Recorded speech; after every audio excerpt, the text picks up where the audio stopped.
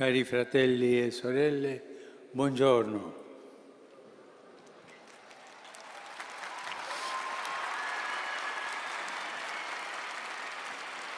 Terminiamo oggi le catechesi sulla misericordia nell'Antico Testamento e lo facciamo meditando sul Salmo 51, detto Miserere.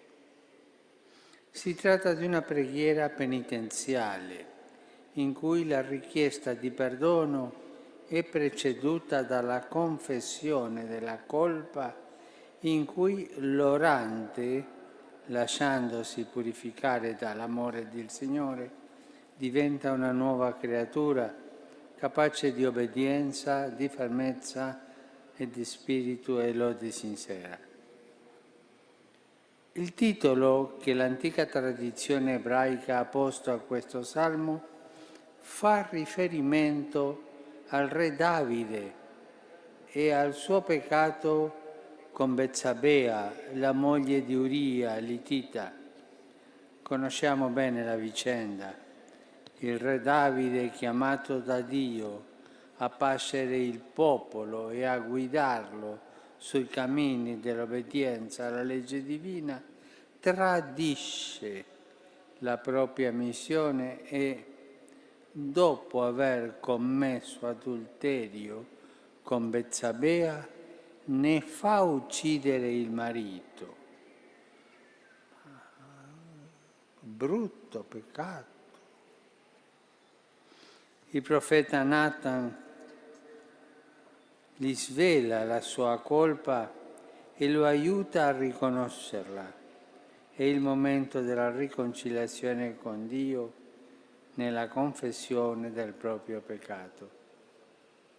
E qui Davide è stato umile, è stato grande.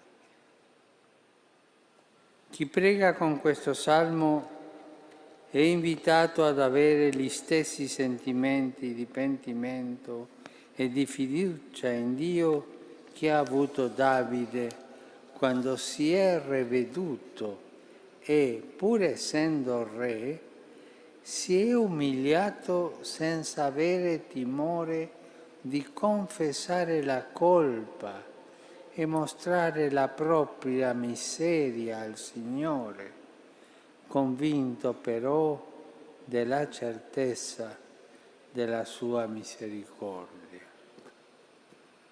E non era un peccato, una piccola bugia quello che aveva fatto.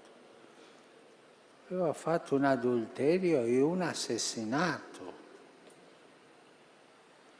Il Salmo inizia con queste parole di supplica. Pietà di me, o Dio, nel tuo amore. Nella tua grande misericordia cancella la mia iniquità. Si sente iniquo. Lavami tutto dalla mia colpa, dal mio peccato rendimi puro.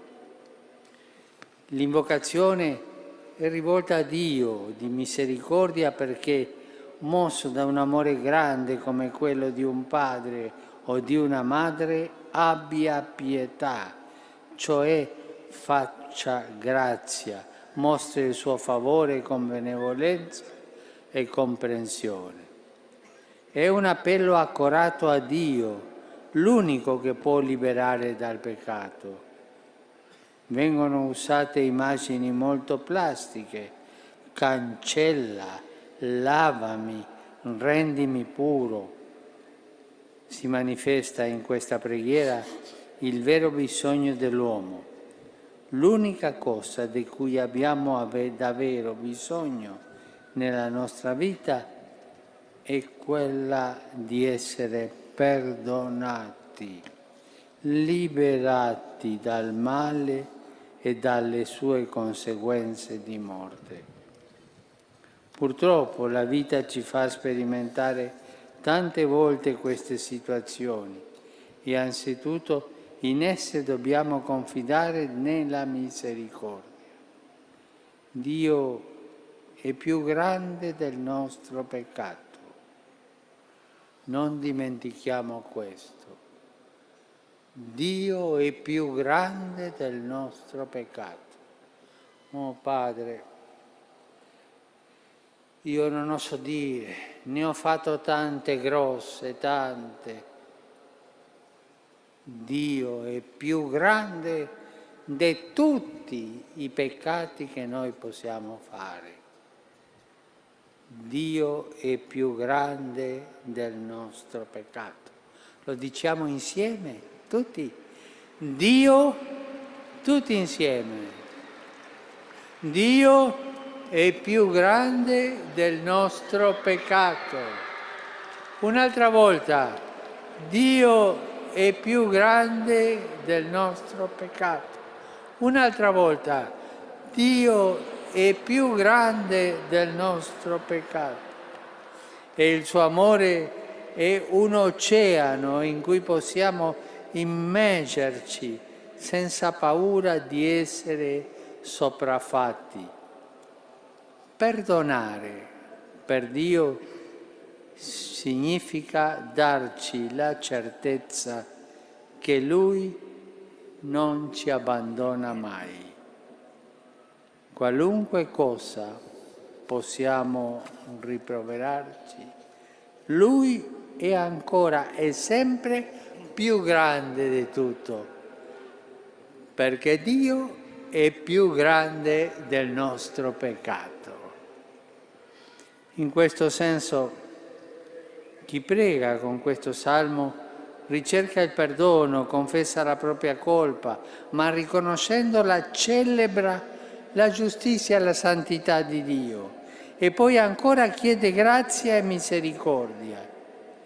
Il salmista si affida alla bontà di Dio, sa che il perdono divino è sommamente efficace perché crea ciò che dice. Non nasconde il peccato, ma lo distrugge, lo cancella, ma lo cancella proprio dalla radice, non come fanno in tintoria quando portiamo un abito e cancellano la macchia. No, Dio cancella il nostro peccato proprio dalla radice, tutto. Perciò il penitente ridiventa puro, ogni macchia è eliminata e egli ora è più bianco della neve incontaminata.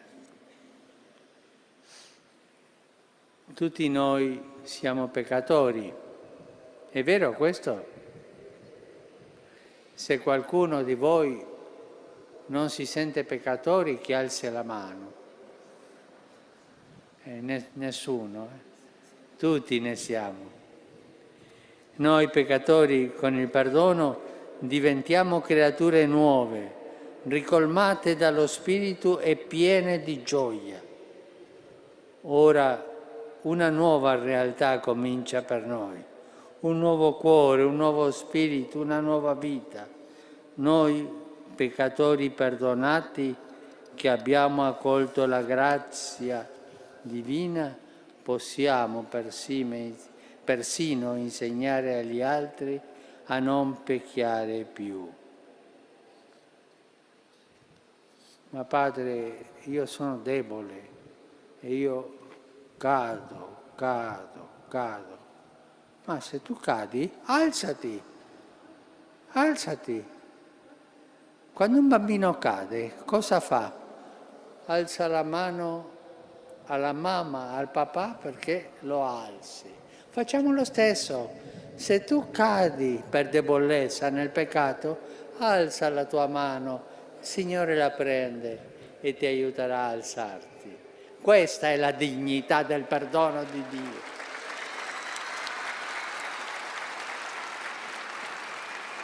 La dignità che ci dà il perdono di Dio è quella di alzarsi, mettersi sempre in piedi, perché Lui ha creato l'uomo e la donna per essere in piedi.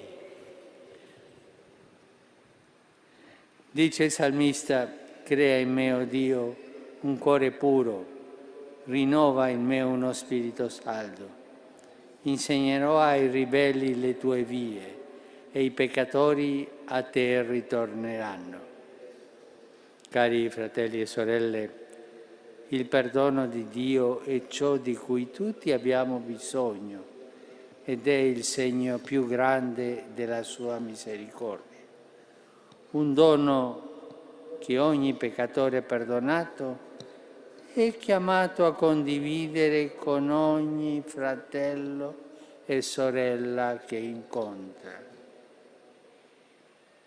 Tutti coloro che il Signore ci ha posto accanto, i familiari, gli amici, i colleghi, i parrocchiani, tutti sono, come noi, bisognosi della misericordia di Dio. È bello essere perdonato, ma anche se tu vuoi essere perdonato, perdona tu anche. Perdona.